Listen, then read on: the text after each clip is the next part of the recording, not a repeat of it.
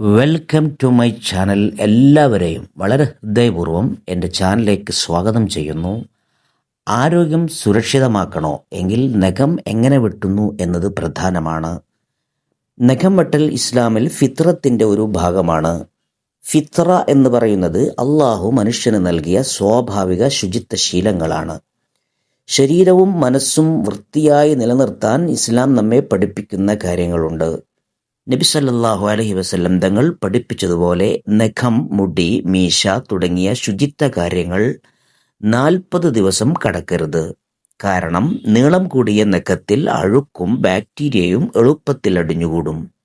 ഇത് പലവിധ അണുബാധകൾക്കും കാരണമാകും. നഖം വെട്ടുമ്പോൾ ആദ്യം കയ്യിലെ നഖം പിന്നെ കാലിലെ നഖം വെട്ടുന്നതാണ് ഉചിതമെന്ന് പണ്ഡിതന്മാർ പറഞ്ഞിട്ടുണ്ട്. ഇതൊരു നല്ല ശീലമാണ്, നിർബന്ധമല്ല, സുന്നത്താണ്. പക്ഷേ ശുചിത്വം പാലിക്കാൻ സഹായിക്കുന്ന ഒരു നല്ല രീതിയാണ്.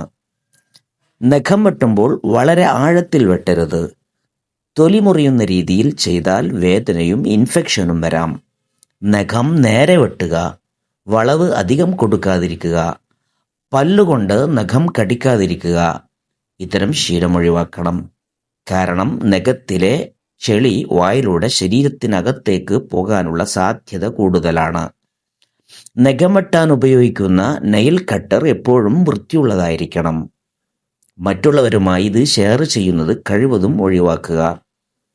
വെട്ടിയ നഖങ്ങൾ നിലത്തിട്ടു വെക്കാതെ അലക്ഷ്യമായി ഇടാതെ അത് മണ്ണിൽ കുഴിച്ചു മൂടുക. ഇതും ഇസ്ലാം പഠിപ്പിക്കുന്ന മര്യാദയുടെ ഒരു ഭാഗമാണ്. ചില കർമ്മശാസ്ത്ര പണ്ഡിതന്മാർ വെള്ളിയാഴ്ചയോ വ്യാഴാഴ്ചയോ പകൽ നഖം വെട്ടുന്നതാണ് സുന്നത്തെന്ന് പറഞ്ഞിട്ടുണ്ട്. ഇത് വാജിബായ കാര്യമല്ല, പക്ഷേ നല്ല ഒരു ആചാരമാണ്.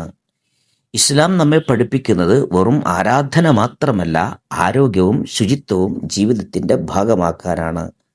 അതിനാൽ നഖം വെട്ടൽ പോലുള്ള ചെറിയ കാര്യങ്ങൾ പോലും ശ്രദ്ധയോടെ ചെയ്താൽ നമുക്ക് പല രോഗങ്ങളും എളുപ്പത്തിൽ ഒഴിവാക്കാൻ കഴിയും.